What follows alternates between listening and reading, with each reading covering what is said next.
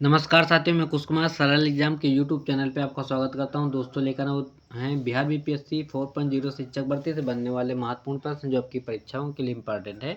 और इसमें आज टॉपिक रहेगा भारतीय कृषि और उससे संबंधित जो भी प्रश्न हैं एग्जाम में पूछे गए हैं। तो ये सभी पुराने प्रश्न का सीरीज है जो आपके एग्जाम में पूछा गया है बिहार बीपीएससी में, देख लो। तो इम्पॉर्टेंट प्रश्न होंगे क्योंकि ऐसे ही प्रश्न आपको दोबारा फिर से देखने को मिल सकता है, तो इसको रिवीजन करना अनिवार्य है। तो बात करें आज कृषि से संबंधित प्रमुख प्रश्न जो भी इम्पॉर्टेंट हैं। तो भारत का श्रेय की बात करें तो इसका डॉक्टर एम.एस. स्वामीनाथन ने किया है और अभी अभी 2000 को 24 में भारत रत्न दिया गया था 5 लोगों के साथ। आगे बात करें कृषि विपणन की व्यवस्था में सुधार हेतु भारत सरकार द्वारा अपनाया गया नीतिगत उपाय कौन सा है? तो सार्वजनिक वितरण प्रणाली और निर्गत मूल्य है। और नेक्स्ट बात करें कृषि विपणन प्रणाली में सुधार के लिए भारत सरकार द्वारा अपनाया गया नीतिगत उपाय कौन सा है? तो सार्वजनिक वितरण प्रणाली पीडीएस और न्यूनतम समर्थन मूल्य एमएसपी और बफर स्टॉक का रखरखाव। नेक्स्ट बात करें प्रमुख जो क्रांतियां हैं और उससे संबंधित प्रमुख फसलें हैं या और अन्य चीज़ें।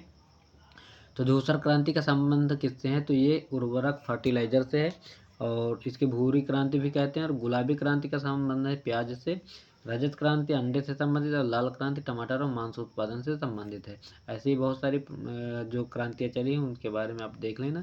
आगे बात करें कार्बनिक कृषि, ऐसी कृषि प्रणाली जिसमें कार्बनिक खादों, पुनर्चक्रित फार्म अवशिष्टों तथा जैव कारकों का अधिकतम मात्रा में प्रयोग किया जाता है। नेक्स्ट बात करें भारत में न्यूनतम समर्थन मूल्य का निर्धारण करता है तो कृषि लागत एवं मूल्य आयोग करता है। आगे हरित क्रांति से अभिप्राय है तो उच्च उत्पाद वैरायटी प्रोग्राम। खरीफ की प्रमुख फसल कौन कौन सी है? तो धान है, मक्का है, ज्वार है, बाजरा है, मूंगफली और गन्ना सोयाबीन ये आपकी खरीफ की फसल में आते हैं। अंतर्राष्ट्रीय हरित क्रांति के जनक किसको कहते हैं? तो नॉर्मन बोरलॉग अमेरिका से संबंधित है। कपास की खेती के लिए कौन सी मिट्टी है? तो रेगुर मिट्टी या काली मिट्टी। और इसका जो क्षेत्र है नागपुर, इधर महाराष्ट्र और गुजरात के क्षेत्र में काली मिट्टी पाई जाती है। रबी की फसलों में कौन कौन सी फसल आती है? तो आलू है, जौ है, चना है, सरसों है, गेहूँ, मटर, मसूर ये आपकी रबी की फसल में होती हैं। और भारतीय कृषि बीमा कंपनी लिमिटेड के द्वारा किया गया तो वर्षा बीमा का इसमें किया है। और गेहूं की खेती के लिए उर्वरक उपयोग करेंगे तो नाइट्रोजन 46% होता है। और तना काट आमतौर से प्रवर्धन के लिए प्रमुख है। तो गन्ना को आप काट के बोते हैं ना, जैसे पूरा गन्ना होता है उसके टुकड़े टुकड़े करके खेतों में गाड़ दो तो वो उगाता है। आगे बात करें विविध प्रश्न में तो भारतवर्ष में संपूर्ण आर्थिक उदारीकरण का प्रारंभ कब हुआ? तो ये हुआ तो 1991 के पश्चात और इस समय मनमोहन सिंह थे। क्लस्टर आधारित गांवों के विकास की योजना का नाम है doctor Shyama Prasad Mukherjee rurban mission. और मध्याह्न भोजन योजना का नाम क्या है? तो पीएम पोषण योजना कर दिया गया है वर्तमान में। इनमें से किसने सामुदायिक कार्यक्रम को एक मौन क्रांति की संज्ञा दी थी? तो जवाहरलाल नेहरू ने कहा था। और बहुराष्ट्रीय कंपनियों के बारे में सत्य है तो इसमें एक बहुराष्ट्रीय कंपनी वह है जो एक से अधिक देशों में उत्पादन करती है, का स्वामित्व या नियंत्रण करती है। और बहुराष्ट्रीय कंपनी अपने साथ प्रौद्योगिकी तकनीक ला सकती हैं। नेक्स्ट बात करते हैं विज्ञान से संबंधित कुछ प्रश्न है इसमें, तो ये भी इम्पॉर्टेंट रहेगा। तो भौतिक राशियाँ उनके मापन मात्रक जो दिए हैं उनके बारे में बताएं। तो सोनार तकनीक का प्रयोग किसमें होता है? तो पानी के नीचे जो पहाड़ियों का पता लगाने में, हिम शैल का पता लगाने में, समुद्र की गहराई का पता लगाने में इसका प्रयोग किया जाता है। और हवा में नमी मापने के लिए क्या कौन सा यंत्र होता है? तो हाइग्रोमीटर होता है। ठीक। ध्वनि की मापन की इकाई क्या होती है? सभी को पता है डेसिबल होता है। और अपेक्षिक घनत्व के लिए क्या होता है? तो किलोग्राम प्रति घन मीटर होता है। और जिसके द्वारा विद्युत परिपथ में बहने वाली धारा की पहचान होती है तो अमीटर के द्वारा होती है। और एक फेम्टो बराबर कितना होता है? 10⁻⁻15 मीटर होता है। वायुमंडलीय दबाव को मापने हेतु क्या प्रयोग करते हैं? तो बैरोमीटर वायुमंडलीय दाब के लिए होता है। आगे बात करें प्रमुख सुमेलित करने के लिए तो वोल्ट मीटर जो है विभवांतर करता है। और अमीटर विद्युत धारा को मापता है।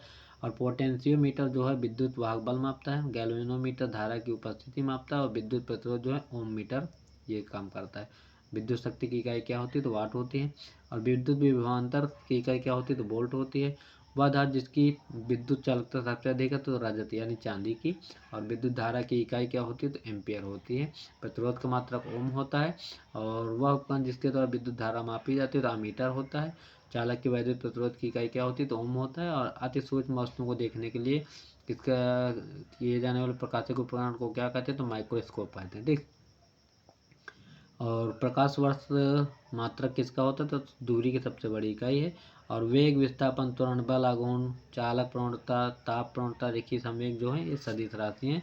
और सदिश राशि में खास बात क्या होती है, इसमें आपको अधिकतर वा और बा दिखाई देगा। जैसे इसमें वेग है, विस्थापन है, त्वरण है, बल, आघूर्ण है, प्रवणता है, और प्रवणता इसमें भी, रेखीय संवेग इसमें, तो सभी में आपको बा और वा दिखाई मिलेगा जो सदिश राशि हैं।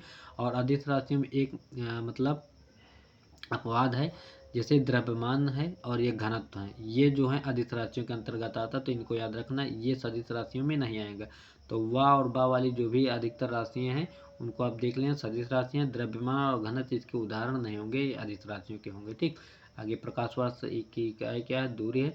और मूल भौतिक राशि है तो ये है विद्युत धारा। तापमान, तापक्रम की एसआई इकाई क्या है? तो केल्विन होता है। और किलोवाट घंटा मात्रक किसका है? तो ऊर्जा का मात्रक होता है। फर्मी मात्रक किसका होता है? तो लंबाई का होता है। अदिश राशि कौन सी है? तो दाब जो है ये भी अदिश राशि, इसको भी याद रखना, क्योंकि इसको आप सदिश राशि के अंतर्गत नहीं गिन सकते। ठीक, और वह राशि जिसका मात्रक नहीं है तो विकृति का मात्रक नहीं होता है। और समुद्री दूरी को नाटिका मील में नापा जाता है। 10 नैनोमीटर में होंगे तो 10⁻⁸ मीटर होते हैं। एम के एस पद्धति में बल का मात्रक क्या होता है? तो न्यूटन होता है। अदिश राशि है तो समर्थ जो है एक अदिश राशि है। तरंग दैर्ध्य की इकाई क्या होती है? तो एंगस्ट्राम होती है। आवर्त को नापा जाता है हर्ट्ज में।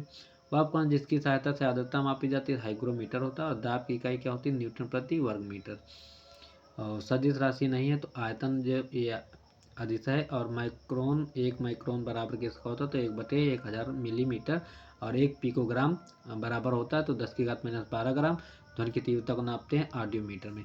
तो ये थे आज के हमारे कुछ महत्वपूर्ण प्रश्न जो आपके इकोनॉमिक्स से संबंधित और विज्ञान से संबंधित थे। तो इम्पॉर्टेंट रहा आज का ये भी टॉपिक। तो ज़्यादा से ज़्यादा लोगों तक शेयर करें और क्लास अच्छी लगे तो लाइक और कमेंट करना ना भूलें। बाय सभी को। Thanks for watching this video. Thank you.